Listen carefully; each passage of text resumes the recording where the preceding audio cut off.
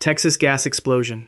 On March 18, 1937, a consolidated school in New London, Texas, held close to 500 students and teachers inside its walls for what appeared to be an ordinary Thursday afternoon. New London Consolidated School served the children of oil field workers in Rusk County, one of the wealthiest school districts in the United States at the time, funded by the oil boom that had transformed East Texas during the preceding decade. The district had money. The building itself was a modern structure, a large brick and concrete facility that had been built to impress. It sat in the rolling pinewood countryside of East Texas, a source of community pride in a region where fortunes had changed rapidly and dramatically since petroleum was discovered beneath the soil. The school was equipped with the kind of resources that many American schools in the 1930s could only imagine. It had a gymnasium, a shop class, science rooms, and full academic facilities. Parents sent their children there with confidence. Teachers reported to work each morning in a building that projected stability and permanence. To save on heating costs, the school district had made a decision that seemed practical at the time. Rather than pay for natural gas supplied by the main utility, school administrators had arranged to tap directly into a residue gas line owned by the Parade Gasoline Company. This was a wet gas line, carrying unprocessed byproduct gas siphoned from the oil production in the surrounding fields. The arrangement was not unusual for the region. Other facilities and homes did the same. The gas was essentially free, and the district was getting it that way. What made this gas particularly dangerous was that it had not been treated. No odorant had been added to it. Natural gas in its raw form is odorless. A person standing in a room filling with it would have no sensory warning whatsoever. The leak could grow for hours, and no one would know. Beneath the school building ran a crawl space measuring 253 feet in length. Over an extended period, residue gas leaking from the improperly connected line had been accumulating in that enclosed space. The crawl space acted as a collection chamber, holding the invisible, odorless gas as it built toward a concentration capable of igniting. On the afternoon of March 18th, students were in their classrooms and workrooms moving through the school day as they always did. In the shop classroom, a teacher reached over and switched on an electric sander. The spark that followed was instantaneous and ordinary in isolation. It was the kind of small electrical event that happened dozens of times a day throughout the building. The gas ignited. The explosion that followed was described by witnesses across the county. The detonation blew the roof off the building. Concrete and brick that had been assembled to last generations were thrown outward and upward with force that turned structural material into projectiles. The north wing of the school was destroyed in seconds. The concussion was felt miles away.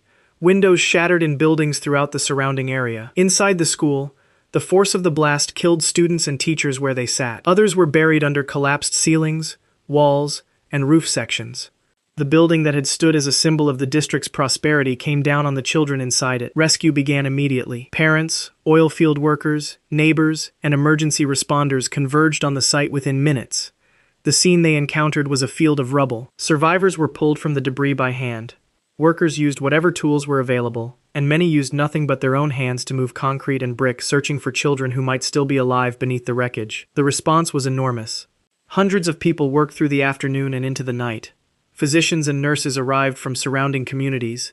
The injured were transported to hospitals in Overton, Henderson, and Kilgore. The scale of the casualties overwhelmed local medical resources almost immediately. The final death toll was estimated between 294 and 319, the range reflecting the difficulty of accounting for every individual in the chaos of the collapse and the days that followed. The majority of those killed were children. Teachers died alongside their students. The Texas legislature acted in direct response to the disaster.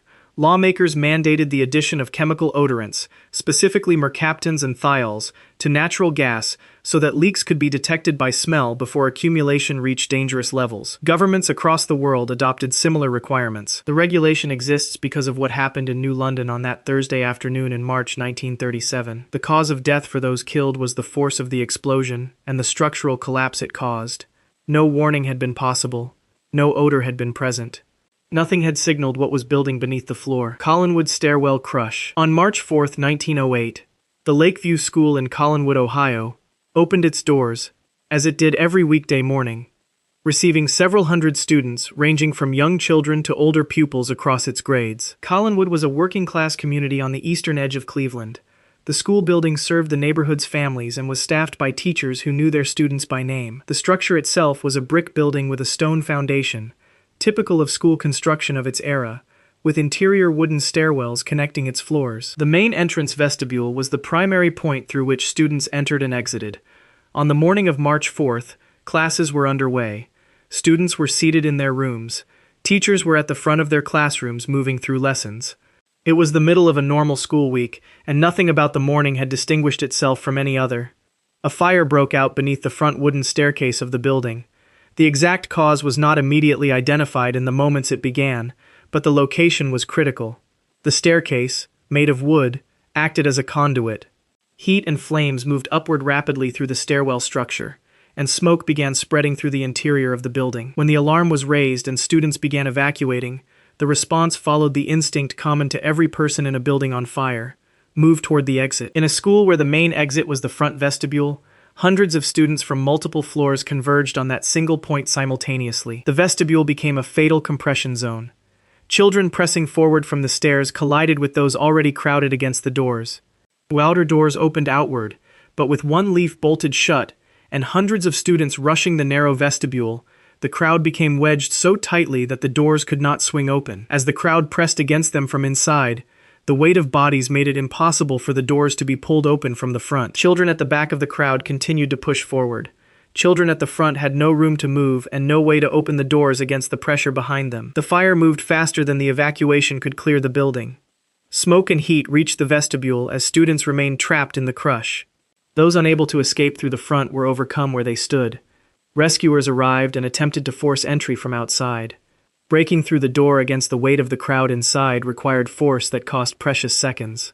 When rescuers did breach the entrance, what they found was a compressed mass of children who had been pushed against the doors and overcome by smoke and heat before the entry could be forced. Firefighters and community members pulled survivors and victims from the vestibule and stairwell area. The work of recovery continued for hours. 175 people died, among them 172 students, 2 teachers, and 1 rescuer who died attempting to save the children trapped inside. The disaster forced a fundamental reassessment of public building safety in the United States. Investigators and legislators identified the bolted exit door and the lack of emergency release hardware as primary causes of the death toll. In the aftermath of Collinwood, new codes strictly prohibited the bolting of school exit doors during occupancy and mandated outward swinging doors equipped with emergency release mechanisms.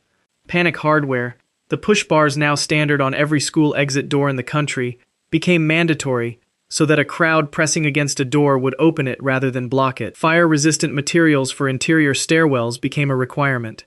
The specific failures of March 4, 1908 were written into law and into building standards that persisted for the rest of the century and beyond. The children who died in the Collinwood vestibule were not killed by fire. The cause of death was crush and asphyxiation in an enclosed space from which they could not escape. The structure had failed them before the flames reached them. Aberfan Colliery mudslide. On October 21, 1966, students at Pantglas Junior School in the village of Aberfan in South Wales arrived for the last day of classes before the half-term holiday. Aberfan sat in the Taff Valley, a tight community built around the coal mining industry. The Merthyr Vale Colliery had operated nearby for decades, and as part of that operation, enormous quantities of mining waste had been deposited in a series of spoil tips on the hillside directly above the village. Tip number 7 was the highest and the largest. It had been built on ground overlying natural underground springs, a fact that had been noted and raised as a concern before 1966, but no action had been taken. The preceding days had brought heavy rainfall to the region. Water saturated the spoil tip from above, and the underground springs continued to feed moisture from below. By the morning of October 21st, the internal structure of the tip had been compromised to a point the surface gave no indication of. At approximately 9:15 in the morning, as students settled into their seats following morning assembly, tip number 7 began to move. The liquefied colliery waste, a slurry of water-saturated coal mining debris, broke away from the hillside and descended toward the village at speed. The wave measured approximately 30 feet in height as it reached the school. It struck Pantglas Junior School directly. The mass of material entered the building, filling classrooms within seconds. Students who had been seated at their desks moments earlier were buried under tons of sludge. The speed of the event left no interval for evacuation. Teachers who had been at the front of their classrooms were taken by the same material. The school did not structurally survive the impact. The sludge entered rooms, compressed interior spaces, and filled corridors. In the village, the sound of the slide brought residents out of their homes. The sight of what had happened to the school triggered an immediate and instinctive response. Miners still in their work clothes, parents and neighbors began digging by hand within minutes of the debris settling. Mining communities are accustomed to the need to dig, and the men of Aberfan brought that experience to the surface of the collapsed school. Emergency services arrived from surrounding areas, but access to the site was difficult. The slurry had altered the landscape at the base of the hill. Equipment had to be brought in. The early stages of the rescue were conducted primarily by hand, with individual survivors extracted from the debris one by one. Survivors were found in the first hours. Children were pulled alive from pockets within the rubble. But as the hours passed, the recoveries increasingly became recoveries of the dead rather than the living. By the afternoon, rescue workers understood that the probability of finding living children within the buried classrooms had dropped severely. 144 people died in the Aberfan disaster. 116 of them were children. 28 adults also died, including teachers who had been with their classes when the slide struck. The youngest victims were students at Pontglas Junior School between the ages of 7 and 10. The National Coal Board, which operated the colliery and had deposited the waste on the hillside, was found responsible by the official tribunal that investigated the disaster. The tribunal concluded that the tip had been built on an identified spring and that warnings about the instability of the tips above Aberfan had not been acted upon. The Mines and Quarries Tips Act of 1969 was passed in Parliament as a direct result, introducing requirements for the inspection and regulation of industrial waste heaps across Britain. Death was caused by asphyxiation and trauma sustained when the liquefied colliery waste engulfed the school building. Our Lady Fire, Chicago. On December 1, 1958, students at Our Lady of the Angels School in Chicago, Illinois, were approximately 30 minutes from the end of the school day. The school was a Catholic grammar school operated by the Archdiocese of Chicago, located in a residential neighborhood on the city's west side. It was attended by students from the surrounding community, primarily children from working-class Catholic families. The school building was an older structure, with wooden interior stairwells and construction materials that reflected the building standards of decades past, rather than the safety requirements that were being discussed in the late 1950s. Shortly before 2:30 in the afternoon, a fire started in a trash container located in the basement at the base of the northeast stairwell. The fire was not immediately detected. The school had no fire alarm system directly connected to the fire department. Without an automated alert, the fire had time to develop before anyone realized the extent of what was happening. Smoke and heat traveled upward through the open wooden stairwells, which acted as vertical channels drawing combustion products toward the second floor. The second-floor corridor filled with toxic smoke before evacuation of upper-floor classrooms could be fully organized. The stairwell that would have been the primary escape route for second-floor students became impassable. Students in ground-floor rooms were able to exit. Students in second-floor classrooms found the hallway outside their doors filled with smoke that made passage through it unsurvivable. Without protection no child had. Some teachers led students to windows. Students on the second floor were rescued by firefighters using ladders. Others jumped before ladders arrived. Firefighters arrived and worked to reach the second floor through the smoke-filled building. Ladder rescues were conducted from the exterior. The interior was compromised quickly enough that direct entry to the upper floor through internal routes was severely limited. 95 people died. 92 of them were students. 3 were nuns who served as teachers in the building. More than 100 additional students were injured. The investigation into the fire identified multiple failures in the building's safety infrastructure. The absence of a directly wired fire alarm, the open wooden stairwells, and the flammable construction materials of the interior had each contributed to the death toll. In the months and years following the fire, school fire safety regulations across the United States were substantially revised.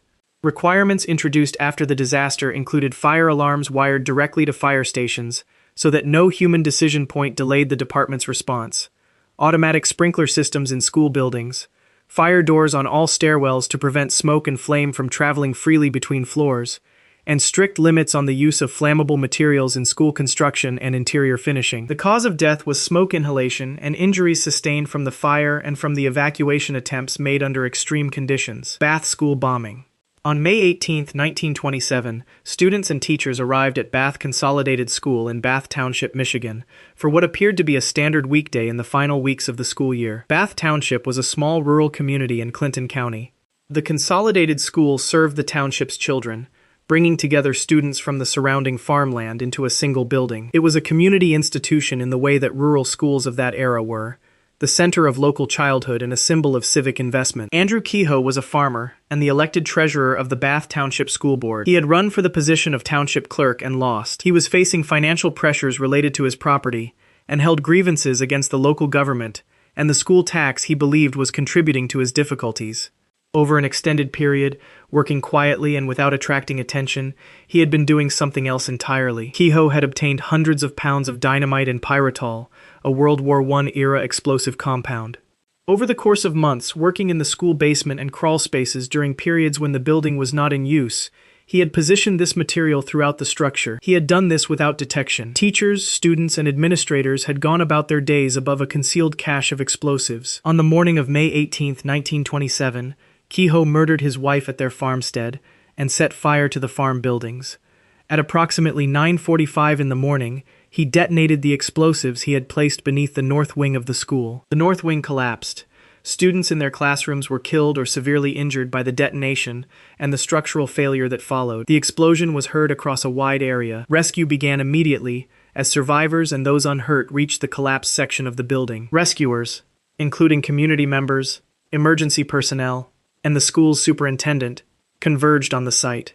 They were pulling children from the rubble when Kehoe drove his truck onto the grounds. The truck was loaded with metal debris, scrap iron, and additional explosive material. When Kehoe detonated the truck, the blast killed the school superintendent, other bystanders, and additional rescuers who had gathered at the site to help. Kehoe died in the explosion he set off. The second detonation compounded the casualties at the rescue site. Medical response came from surrounding communities, and the injured were transported to hospitals in Lansing and elsewhere in the region. 45 people died in total, including 38 students, 6 adult victims, and Kehoe himself. 58 people were injured. Investigators later found that Kehoe had placed additional explosives beneath the south wing of the school that had failed to detonate. If that second cache had gone off, the toll would have been considerably higher. Andrew Kehoe died in the truck explosion he caused. It remains the deadliest mass murder at an educational facility in the history of the United States. Dunblane Gymnasium attack. On March 13, 1996, students at Dunblane Primary School in Dunblane, Scotland, began the morning in their classrooms and common areas, as they did each weekday. Dunblane is a small town in the Stirling Council area of central Scotland, a quiet community of moderate size with a primary school that served the local families. On this particular morning, a physical education class for the school's youngest students had been scheduled to use the gymnasium. The class consisted of children aged 5 and 6 years old. A 43-year-old man arrived at the school carrying 4 handguns, all of which he had obtained legally under the firearms licensing system then in place in the United Kingdom. He made his way into the gymnasium where the class of young children had assembled with their teacher. He opened fire inside the gymnasium. 16 children were killed. 1 teacher was killed. Others were injured. The attacker then took his own life inside the gymnasium. The entire incident lasted only a matter of minutes from the time he entered the room to the time it ended. Police and emergency services arrived at Dunblane Primary School to a scene involving casualties among children who ranged in age from 5 to 6 years old. Medical response was immediate. Survivors were evacuated from the building. The gymnasium was a crime scene and a mass casualty site simultaneously. The scale of what had occurred, the killing of a classroom of 5 and 6-year-old children in a small Scottish town, produced a response across the United Kingdom that rapidly became political. Public grief was immediate and widespread. A campaign known as the Snowdrop Campaign gathered signatures calling for a ban on private handgun ownership in Britain. Parliament responded. The Firearms Amendment Act of 1997 and a subsequent amendment that same year, effectively banned the private ownership of almost all handguns in Great Britain. The legislation was passed with broad parliamentary support and represented one of the most significant restrictions on civilian firearms ownership in British history. 16 children and 1 teacher died from gunshot wounds sustained during the attack in the gymnasium of Dunblane Primary School on March 13, 1996. The perpetrator died by self-inflicted gunshot wound at the scene. Beslan School Siege.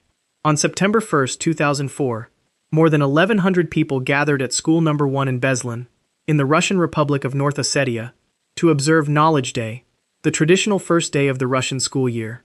Knowledge Day is a formal occasion in Russian education. Students arrive in their best clothes. Families come together. The first day of the school year carries ceremony and significance beyond the academic, particularly in a community like Beslan where the school was a central institution. Parents, grandparents, and younger siblings accompanied the students that morning. Teachers were present. The courtyard was full. More than 30 armed individuals, later identified as Chechen and Ingush separatists affiliated with a commander named Shamil Basayev, moved on the school and seized it by force. They took the assembled crowd hostage and herded more than 1,100 people, among them hundreds of children, parents, and teachers, into the school gymnasium. The gymnasium was not built to contain 1,100 people. The temperature inside rose significantly during the first day. The captors had brought explosives into the building, and devices were rigged throughout the gymnasium, suspended from basketball hoops and positioned across the floor. Hostages sat and lay on the floor of the gymnasium with explosives above and around them. The captors refused to allow food or water to be brought in. Over 3 days, the conditions inside deteriorated severely. Temperatures were extreme. Children and adults began to suffer from dehydration and heat exposure. Some hostages were permitted to drink urine to survive. A small number of nursing mothers and their infants were released during the standoff, as were a small number of other individuals, but the overwhelming majority of hostages remained confined throughout. Russian security forces, including Federal Security Service units and military personnel, surrounded the school. Negotiations were conducted, but no resolution was achieved. The standoff entered its third day. On September 3, 2004, explosions occurred inside the gymnasium. The precise sequence of events that triggered the initial blasts remained disputed in subsequent investigations, but the effect was immediate and catastrophic. Portions of the gymnasium roof collapsed. Fire broke out. Hostages who had survived 3 days of confinement ran into a chaotic and lethal environment as the building structure failed around them. Russian forces moved in. The entry of security forces, combined with the ongoing explosions and structural collapse, created a situation in which the gymnasium became a killing ground simultaneously from multiple directions. Armed individuals among the captors engaged with Russian forces, while hostages ran through the chaos. Some hostages were shot.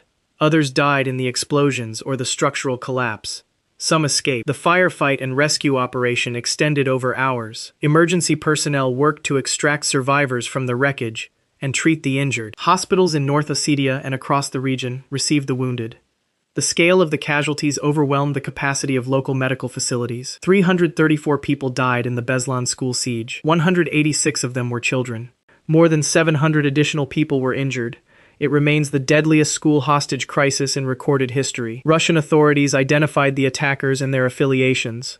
Nurpashi Kulayev was the sole surviving captor taken into custody alive. He was tried and sentenced to life imprisonment in 2006. Seawall Ferry students. On April 16, 2014, 325 second-year students from Danwon High School in Ansan, South Korea, boarded the MV Seawall at Incheon Port for a ferry voyage to Jeju Island. The trip was a school excursion, the kind of organized event that students had anticipated. Jeju Island is a popular destination, a volcanic island off the southern coast of the Korean peninsula, known for its scenery and tourism facilities. The students were 15 and 16 years old. 14 teachers accompanied them. The vessel also carried other passengers and crew. Total aboard was 476 people. The MV Seawall was a ferry that had been modified after its original construction in ways that affected its stability. Cargo loaded for the voyage was improperly secured. The vessel was also carrying significantly more cargo than its permitted limits allowed. These conditions meant that the ship was operating with a compromised center of gravity before it left port. In the early morning hours of April 16th, while the vessel was navigating a stretch of water known for strong currents near the island of Byongpung in the Myeongol Channel, the ship made a sharp turn. Under normal loading conditions, a commercial vessel of its type could manage such a maneuver. Under the conditions the Seawall was operating in that morning, the turn was catastrophic. The ship listed suddenly and severely to the port side. Water began entering the vessel. As the list increased, the ability of passengers to move freely through the ship diminished rapidly. The angle of the decks made standing difficult and then impossible. The ship's crew made announcements directing passengers to remain in their cabins and stay where they were. This instruction was broadcast repeatedly, even as the vessel continued to list and water continued to rise. Students who had been in their cabins heard the announcements and largely complied, remaining where they were told to stay. The crew, including the captain, evacuated the vessel. The captain, Lee Jun-suk, was among the first to leave the ship. He and other crew members were picked up by Coast Guard vessels. The passengers, including hundreds of students who had followed the instruction to remain in place, were still aboard. Coast Guard vessels arrived in the area.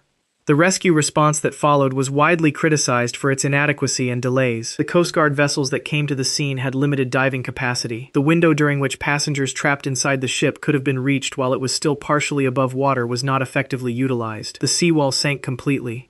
304 people died. 250 of them were students from Danwon High School. 11 teachers also died.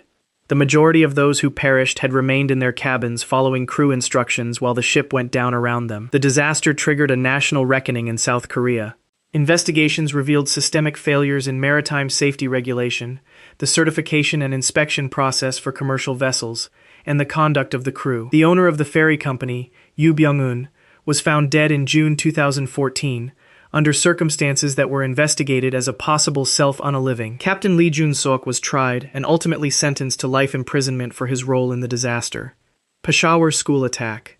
On December 16, 2014, classes were underway at the Army Public School in Peshawar, in the Khyber Pakhtunkhwa province of Pakistan. The Army Public School was a large educational institution serving the children of military personnel and the broader community. On the morning of December 16th, an assembly and related activities were taking place in the school auditorium. The school was attended by students ranging across multiple grade levels. It was a structured institution with security measures in place, situated in a city that had experienced significant violence related to the ongoing conflict between the Pakistani state and militant groups. 7 gunmen affiliated with the Tehrik-e-Taliban Pakistan, the Pakistani Taliban movement, scaled the perimeter wall of the school compound. Each attacker was wearing a suicide vest. They moved into the school's interior in coordinated fashion. The attackers entered the school auditorium, where a significant number of students and staff had gathered. They opened fire. The attack then extended to classrooms throughout the building, with gunmen moving from room to room. The killing was deliberate and sustained over an extended period before Pakistani military special forces, specifically units of the Special Services Group, responded to the school and began the process of eliminating the attackers. The operation to neutralize the attackers and secure the building took several hours. During that period, the situation inside the school involved active gunfire and the detonation of at least one of the suicide vests worn by an attacker. Students who survived the initial attack in some areas of the school were evacuated as security forces worked through the building. Medical response to the school was extensive. Students were transported to hospitals across Peshawar. The city's medical facilities received mass casualties. More than 114 people were injured, in addition to those who died. 149 people were killed in the Peshawar school attack. 132 of them were school children. 17 staff members also died. It was and remains the deadliest terrorist attack against a school in Pakistani history. The attack prompted the government of Pakistan to lift the moratorium on capital punishment that had been in place, resuming executions for convicted terrorists. The government also implemented the National Action Plan, a comprehensive policy framework directed at combating extremism and militancy within Pakistan's borders. All 7 attackers died during the assault, 6 eliminated by Pakistani special forces, and 1 by detonation of a suicide vest. Sandy Hook Elementary. On December 14, 2012, students and staff at Sandy Hook Elementary School in Newtown, Connecticut, arrived for a Friday morning at a school that served children from kindergarten through 4th grade. Sandy Hook Elementary was a community school in a small Connecticut town known for its quiet residential character. The school had recently updated its entry security procedures, requiring visitors to be buzzed in through a locked front entrance via a video intercom system before being granted access to the building's interior. On the morning of December 14th, that system was in operation. A 20-year-old arrived at the school armed with a semi-automatic rifle and 2 handguns. He had earlier that morning shot and killed his mother at their home. He approached the school's front entrance and shot through the locked glass panel adjacent to the door, bypassing the security system and gaining entry to the building. He proceeded directly to 2 first-grade classrooms in the same wing of the building. The students in those classrooms were 6 and 7 years old. He entered the first classroom and opened fire. He then entered the second classroom and opened fire. The attack on both classrooms was completed within minutes. Staff members in other parts of the building activated the school's intercom, alerting other classrooms. Teachers and staff in rooms throughout the building moved students into closets and corners, barricading doors, and keeping children quiet. These actions preserved lives in rooms beyond the immediate target area. Law enforcement received calls at approximately 9:30 in the morning. Police arrived at Sandy Hook Elementary within minutes. When officers entered the school, the shooting had already ended.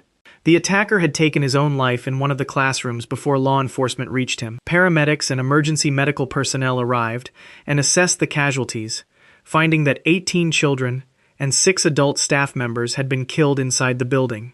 All of the children were first graders, 6 and 7 years old. The staff members killed included the school principal and the school psychologist, both of whom had gone toward the sound of gunfire when it began, as well as classroom teachers who were shot while attempting to shield their students. The response at the scene involved both the immediate treatment of the injured and the management of an active crime scene that also contained the remains of 26 victims. Connecticut State Police took command of the investigation. Parents who had gathered at a nearby firehouse were notified of the deaths over the course of the afternoon. The shooting at Sandy Hook Elementary prompted immediate national debate on gun legislation, access to mental health services, and physical security protocols for school buildings. Changes to school entry security systems were implemented widely in the years following the attack. Legislative proposals on firearms, including restrictions on semi-automatic weapons and high-capacity magazines, were debated in Congress and in state legislatures across the country, with varying outcomes in different jurisdictions. 18 children and 6 staff members were pronounced dead at Sandy Hook Elementary School, while 2 additional children were pronounced dead after being transported to the hospital. The perpetrator died by self-inflicted gunshot wound at the scene. Uvalde classroom shooting. On May 24, 2022, students and teachers at Robb Elementary School in Uvalde, Texas, were present for what was among the final days of the school year. Uvalde is a small city in southwest Texas, a community of approximately 16,000 people, located roughly 80 miles from the Mexican border. Robb Elementary serves students from pre-kindergarten through 4th grade. The end of the school year was approaching, and 4th grade students were among the oldest children in the building. The day was a Tuesday. An 18-year-old arrived at the school after having shot his grandmother at their home that morning. He crashed his truck in a ditch near the school and approached the building on foot. A door on the exterior of the building that should have been locked was not secured. He entered the school through that unlocked door. He moved through a hallway and entered rooms 111 and 112, 2 adjoining classrooms located off the same corridor. He entered through the unlocked door and remained inside the adjoining classrooms, which responding officers in the hallway presumed were locked from the outside. He was armed with a semi-automatic rifle. Within those 2 classrooms, he opened fire. Children and teachers in rooms 111 and 112 were shot.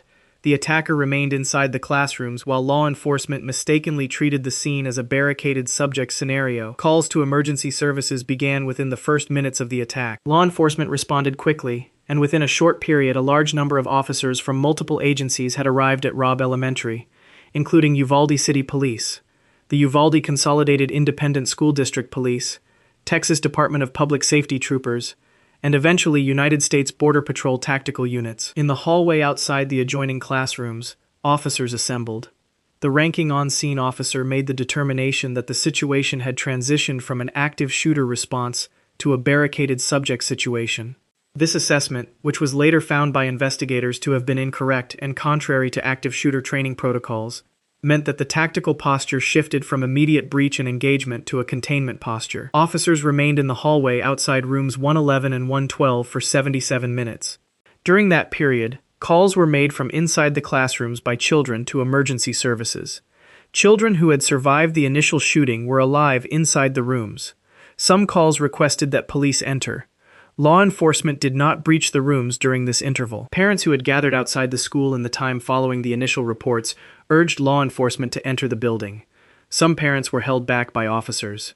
The scene outside the school during the 77-minute interval was documented extensively and became central to subsequent investigations. A tactical unit from the United States Border Patrol, the Border Patrol Tactical Unit, entered the school, obtained a key from a janitor, and breached the door to the classrooms. The attacker was killed in the confrontation that followed. Inside rooms 111 and 112, 19 4th-grade students and 2 teachers were found dead. 17 additional people had been injured. The 2 teachers, Eva Mireles and Irma Garcia, died in the classrooms. Every student killed was a 4th grader between 9 and 10 years old. Multiple official investigations were conducted in the aftermath. The Texas House of Representatives produced a report that described the law enforcement response as an abject failure, finding that the decision to treat the situation as a barricaded subject rather than an active shooter response had directly cost lives. The report concluded that a faster breach of the classrooms would have saved children who were alive during the 77-minute interval and died before entry was made. The Uvalde school shooting prompted renewed national debate on school security, law enforcement active shooter protocols, and firearms legislation. Changes to Texas law regarding firearms purchase age requirements were debated. Federal legislation, the Bipartisan Safer Communities Act, was signed into law in June 2022 and included provisions related to background checks and mental health funding. 19 students and 2 teachers were pronounced dead at Robb Elementary School in Uvalde, Texas, on May 24, 2022. Cause of death was gunshot wounds. If you want to see more, click the video on screen now.